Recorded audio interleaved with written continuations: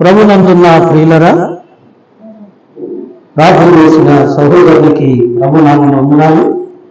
ఈ సమయంలో పరిశుద్ధ దేవుని వాక్యం ఆరాధన కొరకై జ్ఞాపకం చేసుకున్న పరిశుద్ధ దేవుని వాక్యం ఆరాధన కొరకై జ్ఞాపకం చేసుకున్న కొత్త నిబంధన నుంచి ఒక వచనాన్ని, పాత నిబంధన నుంచి ఒక వచనాన్ని మనం జ్ఞాపకం చేసుకుందాం. రండి, క్రొత్త నిబంధన మొదటి పుస్తకం మత్తయి సువార్త 2వ అధ్యాయము 2వ వచనాన్ని చదువుకుందాం. రండి, క్రొత్త నిబంధన మొదటి పుస్తకం మత్తయి సువార్త 2వ అధ్యాయము 2వ వచనాన్ని చదువుకుందాం. యూదుల రాజుగా పుట్టిన వాడు ఎక్కడున్నాడు? తూర్పు దిక్కున మేము ఆయన నక్షత్రము తెచ్చి ఆయనను వచ్చుతుందని చెప్పింది. పాత నిబంధనలో నుంచి మరొక భాగాన్ని చదువుకున్నాం. రవి కీర్తనల గ్రంథం 76వ కీర్తన, కీర్తన గ్రంథంలో 76వ కీర్తన పాత నిబంధన 491 పాత నిబంధనలో 491 కీర్తన గ్రంథాన్ని 76వ కీర్తన 11వ వచనాన్ని చదువుకుందాం. చదవండి. నీ దేవుడైన యెహోవాకు మొక్కుకొని నీ మొక్కుబడులను చెల్లించుడి. ఆయన చుట్టూ ఉన్న వారందరూ భయంకరుడు, ఆయనకు కానుకలు వచ్చి అర్పించలేదు. చదవబడిన ఈ 2 శ్రేష్టమైన భాగాలు మనం జ్ఞాపకం చేసుకున్నాం. ఆయనను ఎవరిని? దేవుడైన యెహోవాకు ఏం చేయాలి? మొక్కుకొనాలి. ఆయనకు కానుకలు సమర్పించాలి అని కీర్తనకారుడు అంటున్నాడు. ఎవరైనా మన కొత్త నిబంధనలో చదువుకున్నాం. ఎవరు ఏం చదువుకున్నావు? ఇదిగో తూర్పు దేశపు జ్ఞానులు హేరోదు రాజు దగ్గరికి వచ్చి ఏం చెప్తున్నారు? యూదుల రాజుగా పుట్టిన వాళ్ళు ఎక్కడున్నారు? ఎక్కడికి వచ్చారు వాళ్ళు? ఎవరిని అడిగారు వాళ్ళు? ఇది మనం జ్ఞాపకం చేసుకోవాలి. ఏమని ఎక్కడికి వచ్చారు వాళ్ళు? ఎవరిని అడిగారు అంటే, ఇప్పుడు ఏం బిడ్డగా యెరూషలేముకు వచ్చి అడిగారు. ఏమని? యెరూషలేముకు వచ్చి అడిగారు. ఎవరిని అడిగారు? ఆ దినాలలో యూదుల రాజుగా ఉన్న హేరోదు రాజును అడిగారు కదండి. హేరోదు రాజును అడిగారు. అందుకని చూడండి, మొదటి వచనం, రాజైన హేరోదు దినమున యూదయ దేశపు బెత్లెహేములో యేసు పుట్టిన పిమ్మట ఇదిగో తూర్పు దేశపు జ్ఞానులు యెరూషలేముకు వచ్చి. చూసారా? వారు ఎక్కడికి వచ్చారు? యెరూషలేముకు వచ్చారు. వారు ఎవరిని అడిగారు? హేరోదు రాజును అడిగారు. ఎందుకు అడిగారు అంటే, హేరోదు రాజు ఆ దినాలలో ఇశ్రాయేలీయులకు ఎలా ఉన్నాడు? రాజుగా ఉన్నాడు. వారు అక్కడికి వచ్చి ఎందుకు అడిగారు? అలా ఎందుకు ఆలోచన చేశారు అని ఎందుకన్నాను కొంత పరిశీలన చేద్దాం. ఎవరు వాస్తవానికి మరుపులో ఉంది. యూదయ దేశపు బెత్లెహేములో యేసు పుట్టిన పిమ్మట. ఆయన ఎక్కడ పుట్టాడు అని రాశారు? యూదయ దేశపు బెత్లెహేములో. కానీ వాళ్ళు ఎక్కడికి వచ్చారు? యెరూషలేముకు వచ్చారు. వాళ్ళు బెత్లెహేముకు ఎందుకు అనలేదు అంటే, వాళ్ళు బెత్లెహేము గురించి అంతగా ఆలోచన చేయడం. మరి వాళ్ళు ఏం ఆలోచన చేశారయ్యా అంటే, వాళ్ళు ఒకటే ఆలోచన. ఒకసారి మనం జ్ఞాపకం చేసుకున్నాం. వారి తూర్పు దేశపు జ్ఞానులు వాళ్ళు ఏం చేస్తారు? ఏమంటే యెషయా గ్రంథంలో మనం చెప్పుకున్నాం. ఏమంటే నక్షత్ర సూచికలు, మాస సూచికలు చూసేవాళ్ళు వాళ్ళు కదా. వారు యెరూషలేము వాసులు కాదు, అన్య రాజులు, అన్య దేశపు జ్ఞానులు. వాళ్ళు ఏం చేస్తుంటారు? ఏమండి, నక్షత్రాలు చూసి ఏ నక్షత్రంలో చూశారు, ఏ నక్షత్రంలో తిరిగారు, ఏమండి ఏ కాలం ఏ సమయం లెక్కలేస్తూ ఉంటారన్నమాట. వాళ్ళ లెక్క ప్రకారం వాళ్ళకు వచ్చినటువంటి ప్రవచనాలు ఏంటి అంటే, మొదటిగా చూడండి, సంఖ్యాకాండం 24వ అధ్యాయం, సంఖ్యాకాండం 24వ అధ్యాయం 17వ వచనం, 24లో 17వ వచనం చూడమ్మా.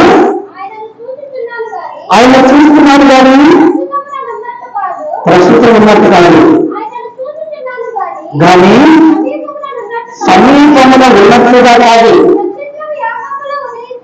చూడండి, నక్షత్రము యాకోబులో ఉదయించును, రాజదండము ఇశ్రాయేలులో నుండి లేచు. ఇది అనుకున్నారు. వాళ్ళు లెక్కేసుకుని ఏంటంటే నక్షత్రము కదా, వాళ్ళు ఖగోళంలో చూశారు. వాళ్ళకి ఏం కనపడింది చెప్పండి?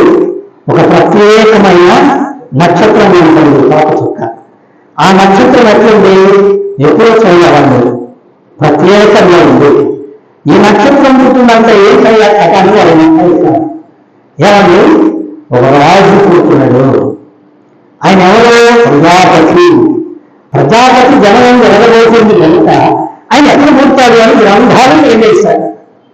గ్రంథాలు నిర్ణయించినప్పుడు ఏమైంది? నక్షత్రము యాకోబులో ఉదయించును. వాళ్ళకి అర్థమైంది, యాకోబు దేశంలో ఆయన పుడతాడు. తర్వాత ఏమండి? ఇశ్రాయేలులో నుండి రాజదండము వచ్చును. ఈ రాజు ఎక్కడి నుంచి వస్తాట?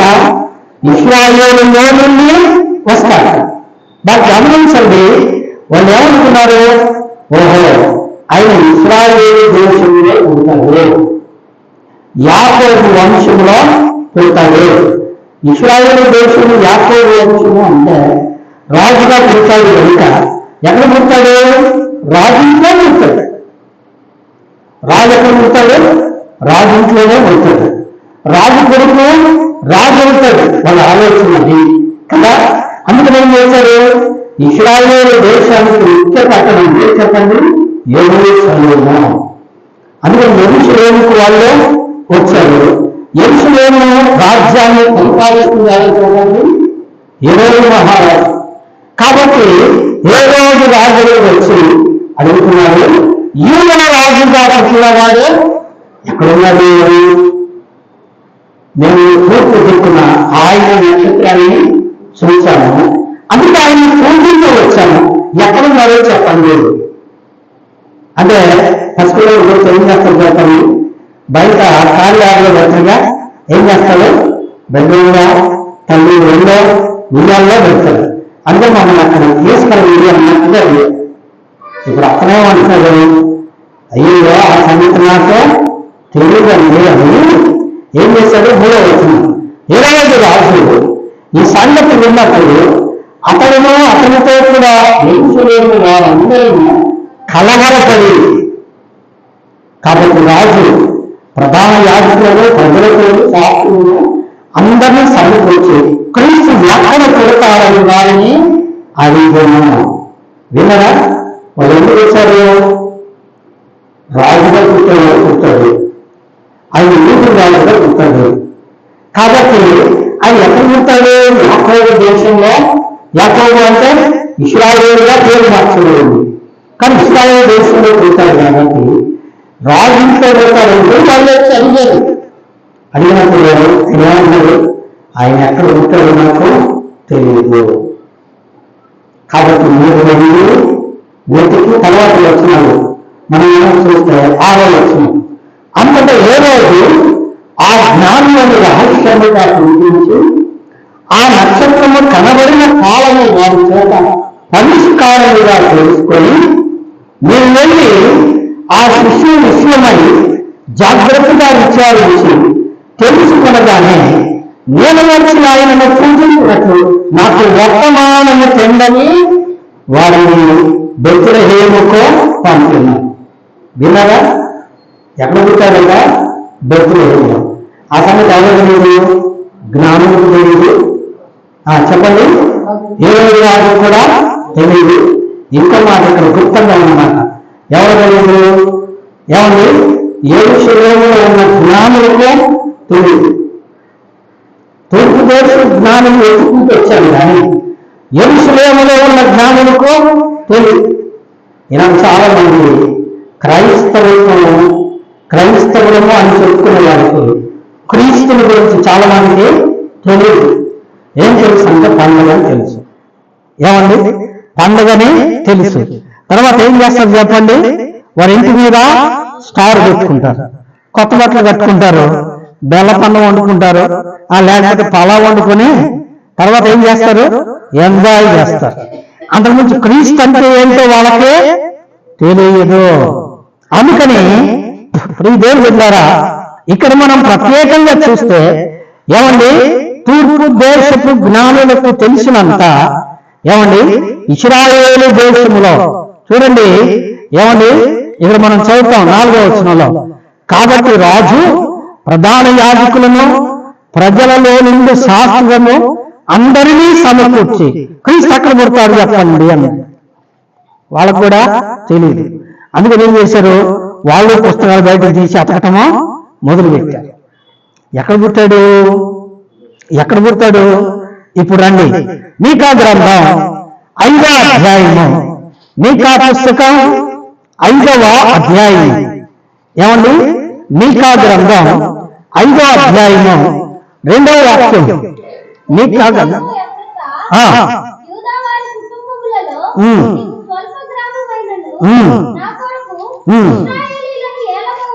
ఏలబోవాడు నీలో నుండి వచ్చును. చాలు. ఏమండి? పాత నిబంధన 766వ పేజీ 2వ వచనం. బెత్లెహేము ఎఫ్రాత యూదావారి కుటుంబములలో నీవు స్వల్పమైన గ్రామమైనను నా కొరకు ఇశ్రాయేలీయులను ఏలబోయేవాడు నీలో నుండి వచ్చును. వాళ్ళు వెతికి ఏం పట్టుకున్నారు? ఏమన్నా బెత్లెహేములో పుడతాడండి అన్నారు. అట్టయితే మీరు వెళ్ళి బెత్లెహేములో ఎక్కడున్నాడో ఆయన బెత్లెహేములో అని మాత్రం తెలిసింది, కానీ ఆయన ఎక్కడ పుట్టాడు వాళ్ళకి తెలియదు. ఎందుకని చెప్పండి? జ్ఞాని. వాళ్ళు ఎవరంతా? జ్ఞానులు. జ్ఞానుల జ్ఞానానికి అందని వాడు మహాజ్ఞాని. ఎవరు చెప్పండి? యేసయ్య. ఏమండి? జ్ఞానులైన వారికి తెలియదు. ఎవరు తెలిసింది చెప్పండి? అజ్ఞానులైన గొర్రెల కాపరులకు తెలిసింది. ఎలా తెలిసింది? దేవుడే చెప్పాడు. ఏమని చెప్పాడు? లూకాసు వార్త 2వ అధ్యాయము ఏమండి 10వ వచనం నుండి మనం చదువుకుంటూ పోతే ఇలా ఉంది. ఇదిగో ప్రజలందరికీ కలగబోయే మహా సంతోషకరమైన సువర్తమానం నేను మీకు తెలియజేస్తున్నాను. అదేంటంటే దావీదు పట్టణమందు నేడు రక్షకుడు పుట్టి ఉన్నాడు. దావీదు పట్టణంలో యాడయ్యా అని అడుగుతారుగా. ఏమంటే జ్ఞానులకే అర్థం కాదు, గొర్రెల కాపర్లకు అర్థమైద్దా? అందుకని గొర్రెల కాపర్లకు వివరంగా చెప్పాడు యేసయ్య. ఏమని చెప్పాడు? దానికి ఇదే మీ కానవాలు, ఒక శిశువు పొట్టి గుడ్డలతో చుట్టబడి ఒక తొట్టిలో పండుకున్నట మీరు చూస్తారు. వివరం చెప్పాడు. ఎక్కడ పుట్టాడు? ఏమండి బెత్లెహేములో. ఏమండి పశువుల పాకలో పుట్టాడు. గమనించారా? పశువుల పాకలో పుట్టాడు. ఎవరైనా చెప్పండి. ఇప్పుడు మళ్ళా వెనక్కి రావాలి. ఎవరైనా జ్ఞానులు అడిగారు, ఏమని? యూదుల రాజుగా పుట్టినవాడే ఎక్కడున్నాడు? గమనించారా? ఎవరంటే అతను యూదుల రాజు. రాజుగా పుట్టినవాడు ఎక్కడ పుట్టాడంట చెప్పండి? పాకలో పుట్టాడు. ఏమో ఎక్కడ పుట్టాడు? ఇప్పుడు మన అంశం అదే. పాకలో పుట్టిన మహారాజు. ఎవరైనా మహారాజు. ఆయన మహారాజు, మామూలు మహారాజు కాదు. ఎవరండి? రాజుల రాజు. రండి, తీతు రాసిన పత్రిక. ఏమండి? తీతు రాసిన పత్రికలో మనం ఇలా చూద్దాం. ఏమండి 13వ వచనం, 2వ అధ్యాయం 13వ వచనం, అనగా మహాదేవుడును మన రక్షకుడైన యేసుక్రీస్తు. ఎవరంట? మహాదేవుడును మన రక్షకుడైన యేసుక్రీస్తు. ఇంకొక మాట కూడా చదువుకుందాం రండి. ప్రకటన గ్రంథం, ప్రకటన గ్రంథం అండి, ప్రకటన గ్రంథం, ప్రకటన గ్రంథం ఆయన గురించి వ్రాయబడ్డ మాట చూడండి. ప్రకటన గ్రంథం 19వ అధ్యాయం. ఇక్కడ ఆయన గురించి ఒక మాట రాయబడింది. రాజులకు రాజు, 16వ వచనం, రాజులకు రాజును ప్రభువులకు ప్రభు అన్న నామము ఆయన వస్త్రం మీదనో తొడ మీదనో. ఎవరంట ఆయన? రాజులకు రాజు, ప్రభువులకు ప్రభు. ఆయన రారాజు పుట్టాడు, రారాజు పుట్టాడు. ఎక్కడ పుట్టాడు? ఏమండి ఎక్కడ పుట్టాడు చెప్పండి? నిజమే. ప్రజలు బిడ్డారా, వీళ్ళు ఎత్తుక్కుంటా తింటున్నారు, ఏం చేయాలా అని. ఇప్పుడు మనం మత్తయి సువార్తలో చూస్తే ఏమండి 9వ వచనం, మత్తయి సువార్త 2వ అధ్యాయము 9వ వచనం, వారు రాజు మాట విని బయలుదేరి పోవచ్చుండగా ఇదిగో తూర్పు దేశమున వారు చూచిన నక్షత్రము ఆ శిశువు ఉండిన చోటుకు నీటిగా వచ్చి నిలిచి వరకు వారికి ముందుగా నడిచారు. వారు ఆ నక్షత్రమును చూచి అత్యానంద భరితులై ఇంటిలోనికి వచ్చి, ఎక్కడికి వచ్చిన వాళ్ళు? ఏళ్ళది? పశువుల పాక. ఏమండి? పశువుల పాక. ఇప్పుడు చూడండి లూకాసు వార్త, లూకాసు వార్త అండి 2వ అధ్యాయము 7వ వచనం చదువుకున్నాం. లూకాసు వార్త 2వ అధ్యాయము, తన తొలిచూలు కుమారుని కన్ని పొత్తిగుడ్డలతో చుట్టి సత్రములో వారికి స్థలము లేనందున ఆయనను ఎక్కడ పరుండు పెట్టిందట? పశువుల తొట్టిలో. ఎక్కడున్నాడు ఆయన? ఏమండి జ్ఞానులు ఏమనుకున్నారు? ఆయన యూదుల రాజుగా పుడతాడు, ఆయన రాజులకు రాజు, ప్రభువులకు ప్రభు, ఆయన ప్రజాపతి, మహా గొప్పవాడు, దేవాతి దేవుడు. కాబట్టి ఆయన ఎక్కడ పుడతాడు? రాజులోనే పుడతాడు, రాజుగారి వంశంలోనే పుడతాడు, రాజుగారి యొక్క మందిరంలోనే పుడతాడు అనుకోని వాళ్ళు నేరుగా రాజుగారి దగ్గరికి వెళ్ళారు. కానీ ఆయన ఎక్కడ పుట్టాడండి? ఎక్కడ పుట్టాడు అంటే పశువుల పాకలో పుట్టాడు. ఏమండి ఆమె కుమారుని కని ఏం చేసిందంట? సత్రములో వారికి స్థలము లేనందున పొత్తిగుడ్డలతో చుట్టి పశువుల తొట్టులో పడుకోబెట్టుకుందట. అక్కడ ఏమున్నాయి? పశువులు ఉన్నాయి. పశువుల తొట్టి, పశువుల తొట్టి దేనికి ఉపయోగపడుతుందండి? పశువులు మేత తింటానికి దాన్ని గాడి అంటారు. కొంతమంది పశువుల పాకలో ఏమండి పశువుల పాకలు ఏం చేస్తారంటే గాడిలాగా పెడతారు. ఏమండి గాడిలాగా పెడతారు. ఆ గాడిలో ఏం చేస్తారంటే మేత వేస్తారు, మేత తింటారు. అక్కడ ఎట్లా ఉండదు చెప్పండి? గుమ్మ గుమ్మలు ఆడుతుందా? ఉండదు కదండి. ఇంకోసారి మనం ఆలోచన చేస్తే విదేశాల్లో ఏం చేస్తారంటే వాటికి నీరు తాగడానికి కూడా గాడి పెడతారు. ఒక గాడి అన్నింటికి ఒకే గాడిలాగా పెడతారు, పెద్ద గిన్నె. ఆ గిన్నె లాంటివి పెడితే దాంట్లో కొడుకు నీళ్లు పోస్తారు, అవే తాగుతూ ఉంటాయి. ఏమండి ఇప్పుడు ఆ తొట్టి ఏమని చెప్పండి? సువాసనగా ఉందా?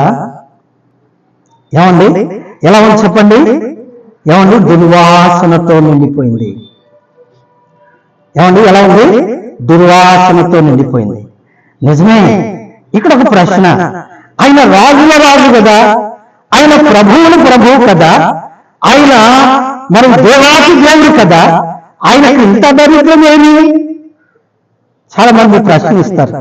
ఏమండి పశువుల పాకలు పుట్టడానికి ఆయన సత్రములో కూడా స్థలం లేదంటే ఆయన ఎంత దరిద్రుడు అనేవాళ్ళు లేరండి. నిజమే. అంత దరిద్రుడు ఎందుకు అయ్యాడు? ఏమండి అంత దరిద్రుడు ఎందుకు అయ్యాడు అంటే దేవుని వాక్యంలో నుంచి మనొక మాట జ్ఞాపకం చేసుకుందాం. 2వ కొరింథీ పత్రిక 8వ అధ్యాయము 9వ వచనం విందామండి. 2వ కొరింథీ రాసిన పత్రిక 8వ అధ్యాయము 9వ వచనం. మన ప్రభు అయిన యేసుక్రీస్తు కృపను మీరు ఎరుగుదురు కదా, ఆయన ధనవంతుడై ఉండి మీరు తన దారిద్ర్యము వలన ధనవంతులు కావాలని మీ నిమిత్తము ఏమైపోయాడంట? దరిద్రుడైపోయాడు. ఆయన మహారాజే, ఆయన రాజే, ఆయన దేవుళ్ళకు దేవుడే, కానీ ఆయన దరిద్రుడిగా ఆయన కంటానికి మరియమ్మ ఏమండి నిండు చూలాలై ఏమండి కాలం సమీపించి ఆమె కాన్పు జరిగే సమయంలో వాళ్ళకేం లేదంట, సత్రములో కూడా స్థలం లేదు. ఏమండి ఎంత కష్టపడి ఉంటుందో ఆ తల్లి. సత్రంలో కూడా స్థలం లేకపోతే ఏమండి ఆమె ఏం చేసింది? పశువుల పాకలో ఏమండి బిడ్డను కన్న. ఆ బిడ్డను పడుకోబెట్టడానికి వాళ్ళకేం లేదు చెప్పండి, మంచి బట్టలో లేవు. కారణం ఏంటంటే వాళ్ళు ప్రయాణమై వచ్చారు. వాళ్ళంతకుముందు నదిలోనే ఉండేవాళ్ళు, కానీ వాళ్ళ సొంత గ్రామం ఏం చెప్పండి? బెత్లెహేము. ఎందుకు అంటే ప్రజా సంఖ్య రాయించుకోవడానికి అక్కడికి వచ్చారు వాళ్ళు. ఏమండి ఆ 2వ అధ్యాయం అంతా మీరు చదువుకోండి. ప్రజా సంఖ్య రాయించుకోవడానికి వచ్చారు. ప్రజా సంఖ్య అంటే ఏమండి ఓటర్ లిస్ట్ రాయించుకోవడానికి. ప్రపంచంలో ఏమండి జనాభా లెక్కలు ప్రారంభమైంది ఆ రోజే. ఏమండి జనాభా లెక్కలు రాయటం మొదలుపెట్టింది ఆ రోజు. ఎన్నాళ్ళు రాశారయ్యా అంటే ఏమండి 25వ తారీఖు నుంచి 1వ తారీఖు వరకు రాశారు. ఏమండి ఆ 1వ తారీఖున లెక్క పూర్తి అయిపోయిన తర్వాత మొదటి సంవత్సరము, మొదటి నెల, మొదటి దినము వేసేశారు. క్రీస్తు శకం ప్రారంభమైంది కదండి. నిజమే, దేవుని స్తోత్రం. ఆయన దేవుని ద్వారా కన్నప్పుడు సత్రములో కూడా స్థలములైనందున ఆయనను పశువుల పాకలో కని పొత్తిగుడ్డలతో చుట్టి. పొత్తిగుడ్డలు అంటే ఏంటి చెప్పండి? పొత్తిగుడ్డలు అంటే ఏంటి? మహిళా బట్టలు. మహిళ బట్టలు అంటే బిడ్డను కంటానికి ఏం చేస్తారు చెప్పండి? వాళ్ళ పాచర్లు, వీళ్ళ పాచర్లు అన్ని పోగేస్తారు. ఎందుకంటే కనేటప్పుడు ఏమైంది చెప్పండి? బ్లీడింగ్ అవుతుంది కదా, రక్తం ధారలుగా వస్తుంది. అంతేకాదు మహిళ కూడా వస్తుంది. కాబట్టి ఈ మలినము, మహిళ రక్తము అదంతా శుభ్రం చేసేదానికి బట్టలు తీసుకుంటారు. వీటిని ఏమన్నారంటే మహిళా బట్టలు. ఏమండి మహిళా బట్టలు. ఇప్పుడు రండి దేవుని వాక్యంలో నుంచి యెషయా గ్రంథం 64వ అధ్యాయం 8వ వాక్యం ఉందాం. యెషయా గ్రంథం 64వ అధ్యాయం. యెహోవా నీవే మాకు తండ్రివి, మేము జిగటమ్మను, నీవు మాకు కుమ్మరివాడవు, మేమందరము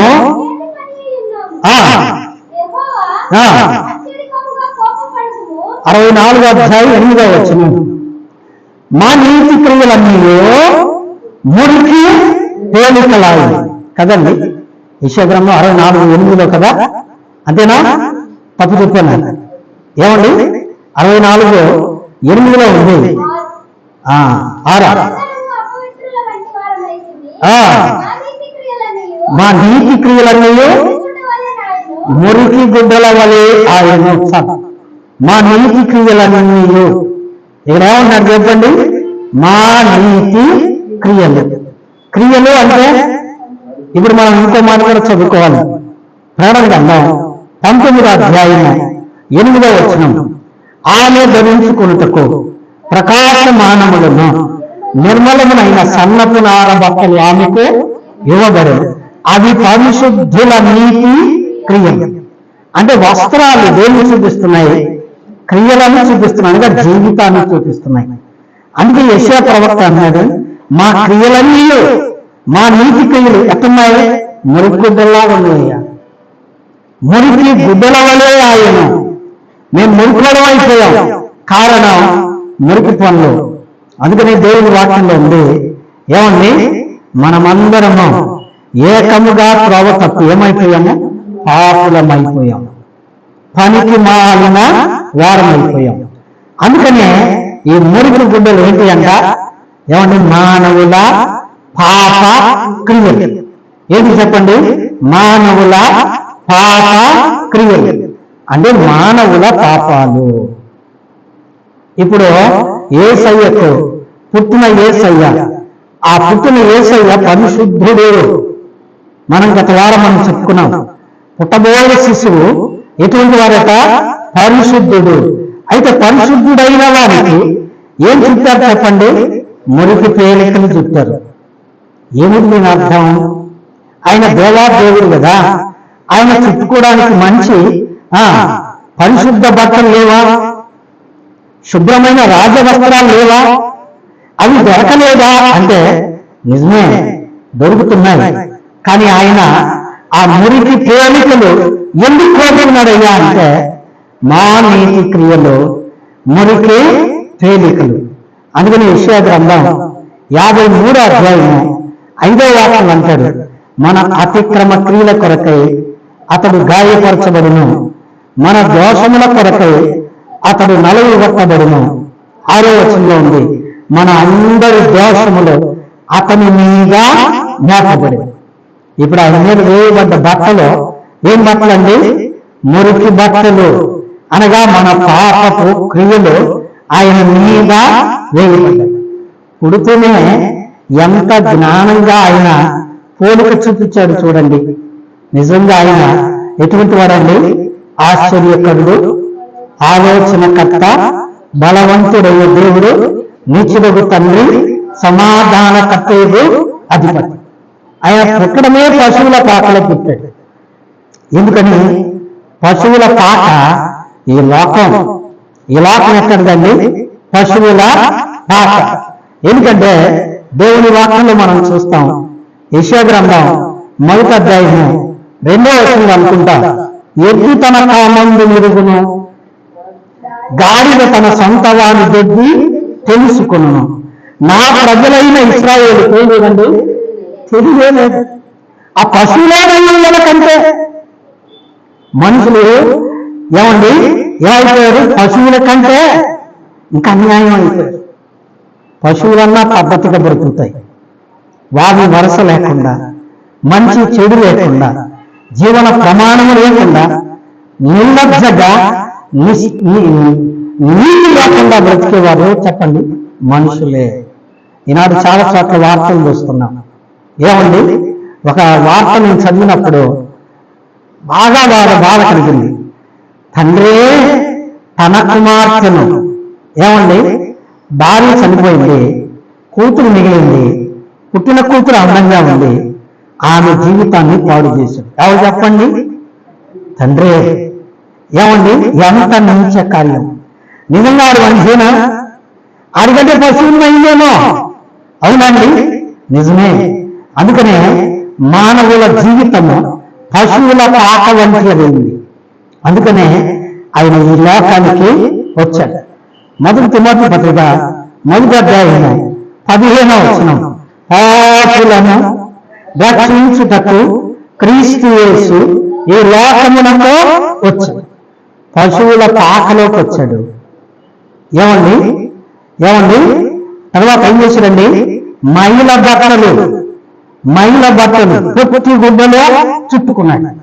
ఏమండి? పశువుల పాక ఏమండి? పాపులైన మన జీవితాన్ని చూపిస్తుంది, మన బ్రతుకులను చూపిస్తుంది. రెండవది, మైల బట్టలు మన పాప జీవితాన్ని చూపిస్తుంది. మూడవది ఏం చెప్పండి? పొట్టి గుడ్డలతో చుట్టి ఎక్కడ పడుకోబెట్టాడంట? పశువుల తొట్టిలో పడుకోబెట్టాడు. ఏమిటి తొట్టి అంటే చూడండి, ఆదికాండ గ్రంథం 8వ అధ్యాయం అండి. ఏమండి? ఆదికాండ గ్రంథం 8వ అధ్యాయం 21వ వచనం, నరుని హృదయాలోచన వాని బాల్యము నుండే చెడ్డది. ఏంటంట? నరుని హృదయాలోచన వాని బాల్యము నుండే చెడ్డది. అంతేనండి. ఇర్మీయా గ్రంథం 17వ అధ్యాయం 9వ వచనం, హృదయం అన్నిటికంటే మోసకరమైనది, అది ఘోరమైన వ్యాధి గలది, దాన్ని గ్రహించేవాడేది? ఏముందంట హృదయంలో? మార్క్స్ వార్త 7:21 యేసయ్య చెప్తూ వచ్చాడు. ఏం చెప్పాడు? లోపల నుండి అనగా మనుషుల హృదయంలో నుండి దురాలోచనలు, జారత్వము, దొంగతనము, మత్సరము, దేవదూషణ, అహంభావము, అవివేకము, ఈ చెడ్డవన్నీ లోపల నుండే బయలువెళ్ళి మనుషులు ఏం చేస్తున్నాయంటే అపవిత్రుని చేస్తున్నాయి.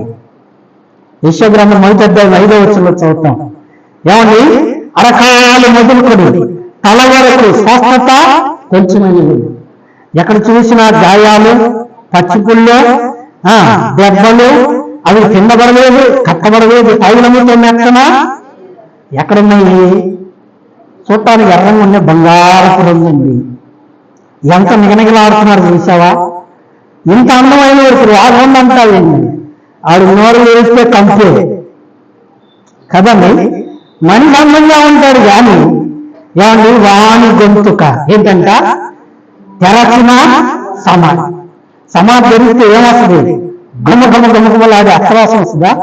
లేదు, కుళ్ళిపోయిన వాసన. ఏమండి? మనుషుల మాటలో ఏమండి పర్సనల్గా ఉన్నప్పుడు చూడాలా, మరి కోపం వచ్చినప్పుడు చూడాలా. ఏమండి? ఎదుకాలు మీరు కోపం వచ్చినప్పుడు ఆ భాష, ఆ విధానం ఎట్లుంటుందంటే గుమ్మలాడుతుంటుంది కదా. నిజమే, వారి గొంతుక తెరచిన సమాధి. వారి నాలుకతో ఏం చేస్తారండి? అబద్ధాలు ఆడతారు. వారి కనుమలకు ఏముందంట? సర్ప విషయం ఉంది. వారి చేతులతో యుద్ధము చేయుదురు, వారి పాదములు రక్తము చిందించుటకు వెళతారు. ఈ కళ్ళున్నాయే ఏం చేస్తాయి చెప్పండి? పాపాన్నే చేస్తాయి. ఏమండి? పొద్దున్న లేచి బైబిల్ చదువుకోరాదురా కుమారుడా అంటే అడిగి ఎంత కోపమో. ఏమండి? సెల్ ఫోన్లో డ్యాన్సులు, బట్టలు లేకుండా వికారం దగ్గరే బొమ్మలు వేయమంటే వాడికి ఏమి తృప్తో. ఇక అదంగా సెల్ ఫోన్ కదండి. ఓన్లీ బైబిల్ చదువుకోయ్యా, దేవుని మాటలు చదువుకుంటుంది. నువ్వు చదువుకునే పుస్తకం చదువుకోరా నాయన అంటే అది వాడికి అసహ్యం. ఏమండి? వాడి వయసు అంతా ఎంత? ఏమండి? 10 ఏళ్ళు 12 ఏళ్ళు. సెల్ ఫోన్ తెలిసి వాడు చూసేది ఏంటంటే కూడా లేకుండా వాడిపోతుంటాడు. ఎంత నీచంగా మారిపోయింది మానవ జాతి. అందుకనే మానవుడు జన్మతో ఎలా పుడుతున్నాడు? పాపంగా పుడుతున్నాడు. కాబట్టి అతి పాప మానవ జీవితాన్ని బాగు చేయడానికి ఆయన ఈ లోకానికి వచ్చాడు. ఏమండి? ఆ హృదయము ఎట్లాంటిదట? ఘోరమైన వ్యాధి కలిగింది. ఆ వ్యాధి కలిగిన హృదయంతో పోల్చబడిన ఆ తొట్టులో పండుకున్నాడు. అందుకనే ఏమండి? ప్రకటన గ్రంథం 3:20 ప్రకటన పుస్తకం చివరి గ్రంథం 3:20 ప్రభు అంటున్నాడు, ఇదిగో నేను తలుపు వద్ద నిలిచిండి తట్టుచున్నాను. ఎవరైనా నా స్వరం తలుపు తీసినగా అతడితో నేనును, నాతో కూడా అతడిని భోజనము. ఎవరైనా తలుపు తీస్తాడేమో. ప్రార్థనకు రారా అంటే రాడు. కాసేపు ప్రార్థనలో కూర్చోయి అంటే కూర్చోడు. మరేం చేస్తాడు? కొట్ల మట్టిని వాళ్ళ మకాలు దొత్తా. ఏమండి? అక్కడ ఇక్కడ డ్యాన్సులు దొత్తా తిరగమంటే తిరుగుతాడు. ఏమండి? మానవుని యొక్క జీవితం ఎలా మారిపోయింది చూసారా? నిజమే, ప్రభు అంటున్నాడు, నా కుమారుడా అన్నాడు 23:26 నా కుమారుడా నీ హృదయమును నాకు ఏం కావాలంటాడు ప్రభు? నీ హృదయం కావాలంటాడు. ఈ హృదయమే వ్యక్తి. ఏమండి? ఇప్పుడు చివరి ఇంకో మాట చదువుకున్నా. పేతురు రాసిన 2వ పత్రిక 1వ అధ్యాయం 19వ వచనం విందాం. పేతురు రాసిన 1వ పత్రిక 1వ అధ్యాయం 19వ వచనం. 2వ పత్రిక 1వ అధ్యాయం 19వ వచనం. ఇంతకంటే ఘనమైన ప్రవచన వాక్యం అనుకుంది. వినండి, తెల్లవారి వేకువ చుక్క నీ హృదయములలో ప్రైజులా ఎక్కడ ఉదయించాలి చెప్పండి? హృదయంలో. అందుకని యేసయ్య ఎక్కడ పుట్టాడండి? హృదయంలో పుట్టాడు. యెహోవా నట్టాడట, వాని బాల్యము నుండే చెడ్డ హృదయంలోకి వచ్చాడు. ఎందుకు చెప్పండి? చనిపోయిందని బాగు చేయటానికి. తల్లిదండ్రులు చెప్తే ఇంటిలా, స్కూల్లో మాస్టర్లు చెప్తే ఇంటిలా. అందుకని ఏం చేశాడు? మానవుడు ఏ రీతిగా నశించుకుని ఇష్టం లేక వాని హృదయమును బాగు చేయడానికి ఆయన వాని హృదయములోనికి వచ్చాడు. పశువుల తొట్టులో పండుకున్నాడు. ఏమండి? సత్రములో వానికి స్థలము లేక ఎక్కడ పుట్టాడండి ఆయన? పశువుల పాకలో పుట్టాడు. ఏమండి? పొత్తిగుడ్డలతో చుట్టబడ్డాడు. మన పాపాలు ఆయన మీద వేసుకున్నాడు. తొట్టిలో పండుకున్నాడు. ఏమండి? ఆ తొట్టి మన హృదయము. ఇప్పుడు ఆ తొట్టిలో ఉంది ఏం చెప్పండి? దుర్గంధం. ఏమండి? దుర్గంధం. కాసేపు ఆ తొట్టి పక్కన నుంచుందామని ఒకసారి ట్రై చేశాను నేను.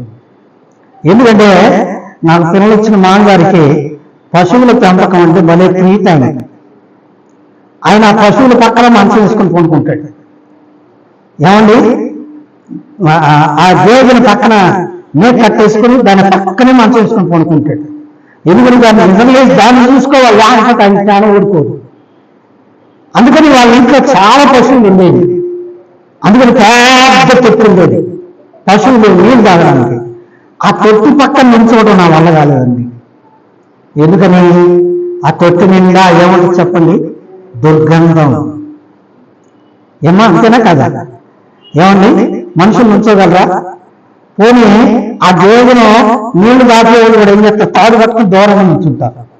దగ్గరికి వెళ్తారా?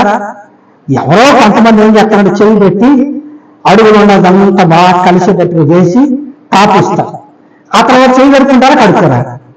కానీ ఆయన ఆ తొట్టిలో పండుకున్నాడండి. ఎంత ప్రేమర్తండి! ఆ తొట్టిలో ఏముంది? ఇప్పుడు చెప్పుకున్నాం, దుర్గంధము. ఏమండి? దుర్గంధము. ఏమండి? నిజమే. దుర్గంధం కలిగిన మన జీవితాన్ని పరిమళ వాసనగా చేయటానికి ఆయన తొట్టిలో పండుకున్నాడు. ఎఫెసీయులకు రాసిన పత్రిక 5వ అధ్యాయము 1వ వచనాన్ని విందాం. ఎఫెసీయులకు రాసిన పత్రిక 5వ అధ్యాయము 1వ వచనం.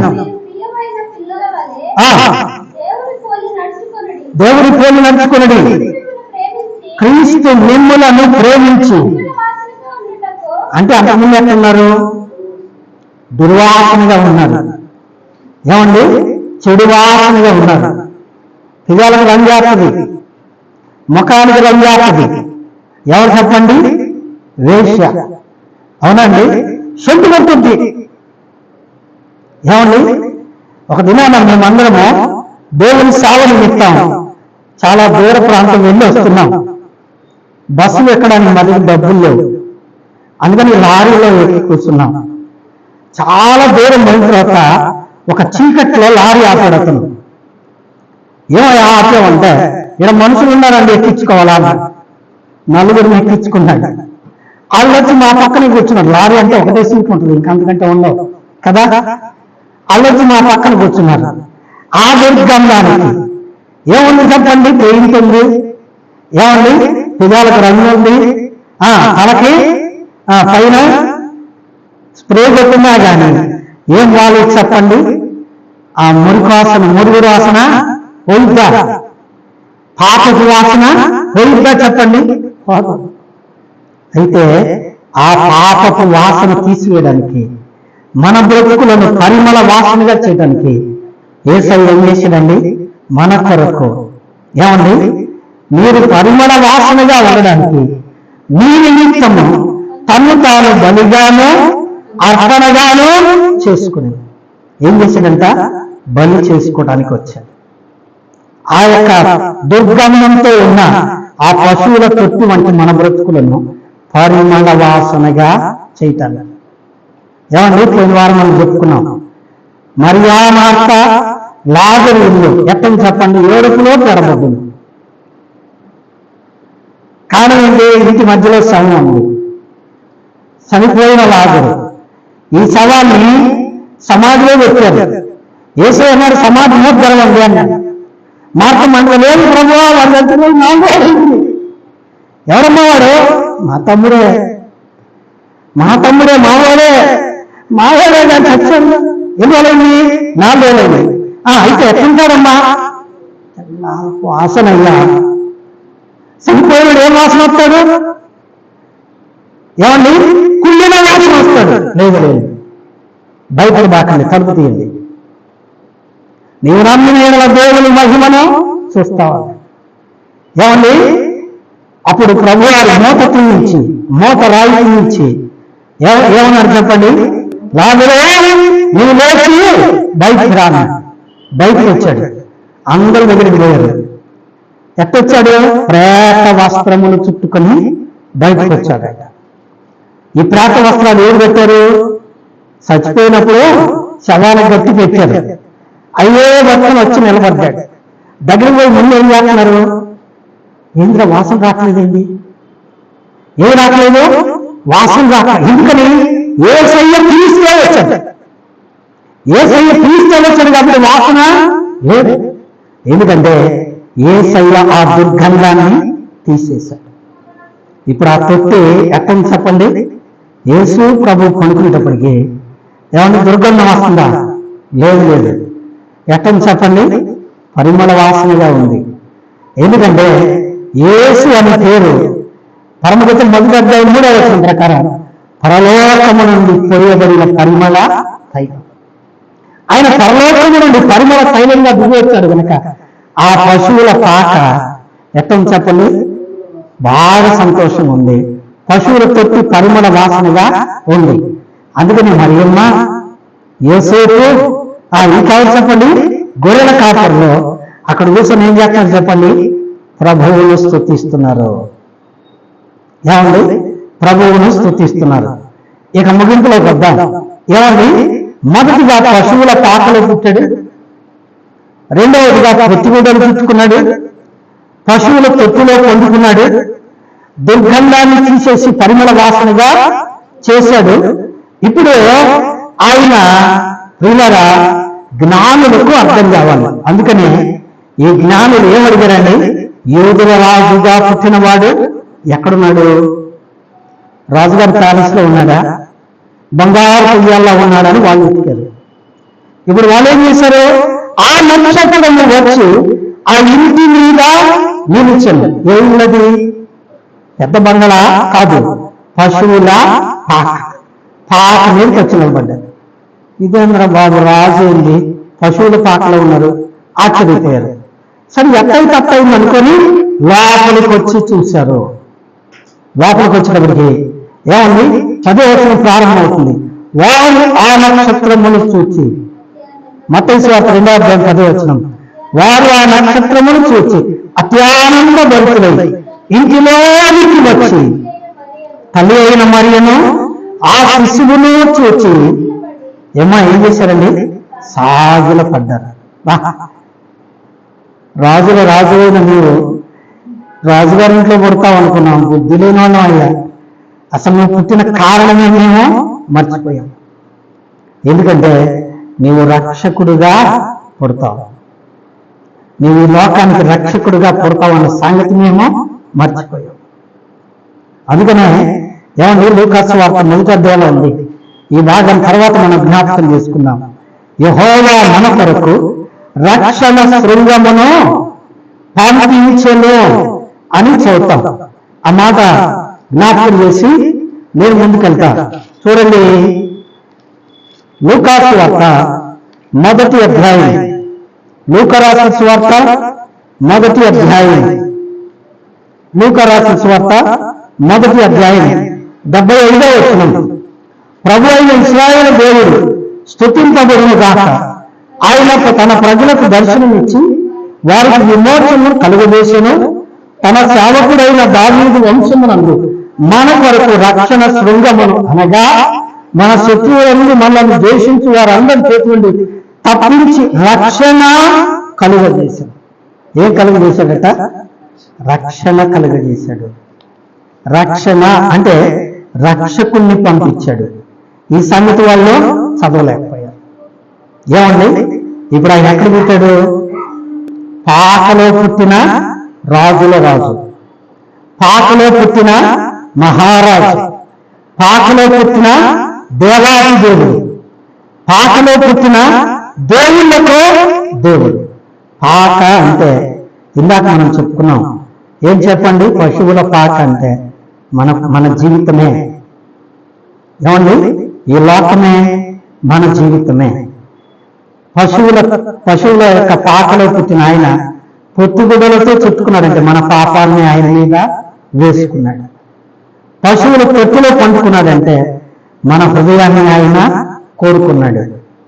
దుర్గంధాన్ని తీసివేశాడు అంటే ఆయన మన పాపపు చెడు జీవితాన్ని తీసేసి పరిమళ వాసనగా పరిశుద్ధుడిగా చేశాడు. నిజమే.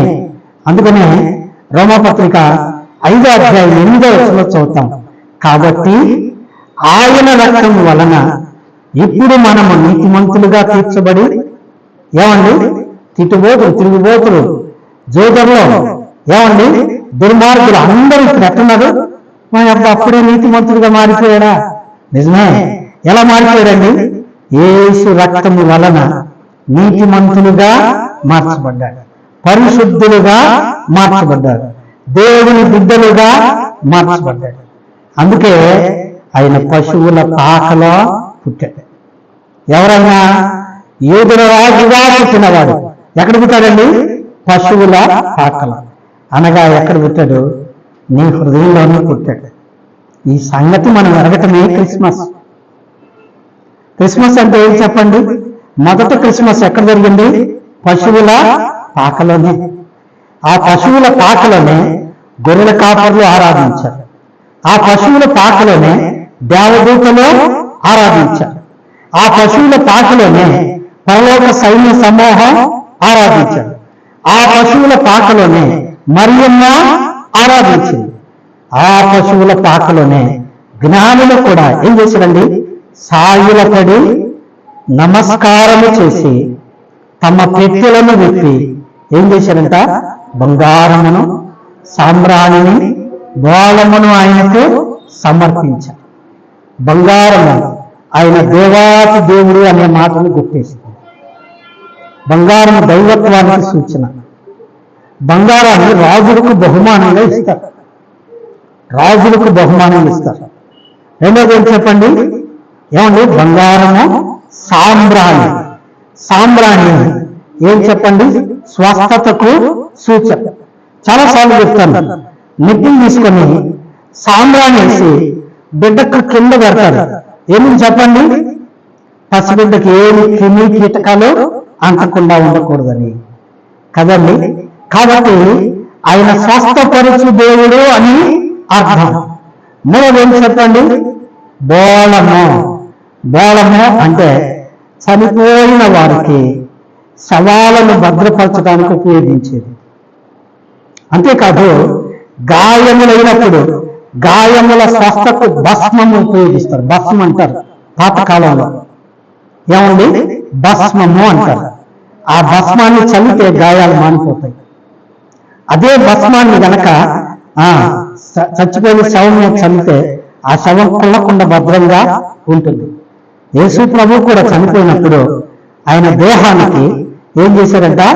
ఈ యొక్క బోళమును చల్లారు. బోళమును చల్లారు. ఈ బోళము దేన్ని చూపిస్తుందంటే ఆయన శిలువ మరణాన్ని, పునరుద్ధానాన్ని చూపిస్తుంది. ఒకటి ఏం చెప్పండి? బంగారము ఆయన దేవుడు, ఆయన రాజు. రెండవది సాంబ్రాణి ఆయన స్వస్థపరుచు దేవుడు, బాగు చేయు దేవుడు. మూడవది బోళము ఆయన మనందరి కొరకై చనిపోయి మనల్ని పరలోకం చేర్చడానికి తిరిగి లేచే దేవుడు అని. అందుకనే జ్ఞానులు ఏం చేశారండి? యూదురాజుగా పుట్టిన వాడు ఎక్కడున్నాడో ఆ తర్వాత కానీ వాళ్ళకి అర్థం కాదు. అర్థమైనప్పుడు ఏం చేశారండి? వారు సాగిలపడి, ప్రభువా మా కొరకు, మా పాపాల కొరకు నీవు సిలువలో చనిపోవడానికి పుట్టిన రక్షకుడు అని మేము తెలుసుకోలేకపోయాం, మమ్మల్ని క్షమించమని సాగిలపడి ఆయనను ఆరాధించినట్టుగా మనం చదువుతాం. వారు సాగిలపడి ఆయనను ఆరాధించి తమ పెట్టెలు విప్పి బంగారమును, సాంబ్రాణిని, బోళమును ఆయన కానుకలుగా సమర్పించారు. ముగించుకుందాం. 76వ కీర్తన 11వ వచనం. ఏం చదువుకున్నాం అక్కడ? 76వ కీర్తన 11వ వచనం. ఏం చదువుకున్నాం అక్కడ? 76వ కీర్తన. నీ దేవుడైన యెహోవాకు మొక్కుకొని నీ మొక్కుబడులను చెల్లించుడి.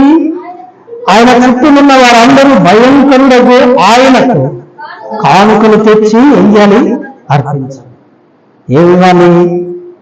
ఏమండి, వాళ్ళైతే బంగారాన్ని సామ్రాన్ని బోళం ఇచ్చారు. మనం ఏమి ఇవ్వాలి చెప్పండి? యేసయ్యకు మన హృదయాన్ని ఇవ్వాలి. మన హృదయంలో ఆయన దేవుడిగా అంగీకరించాలి. అప్పుడు ఆయన మనల్ని ఆశీర్వదించి పరలోకంలో చేరుస్తాడు. అతి కృప వాక్యం విన్న మనకందరికీ దేవుడు అనుగ్రహించును గాక.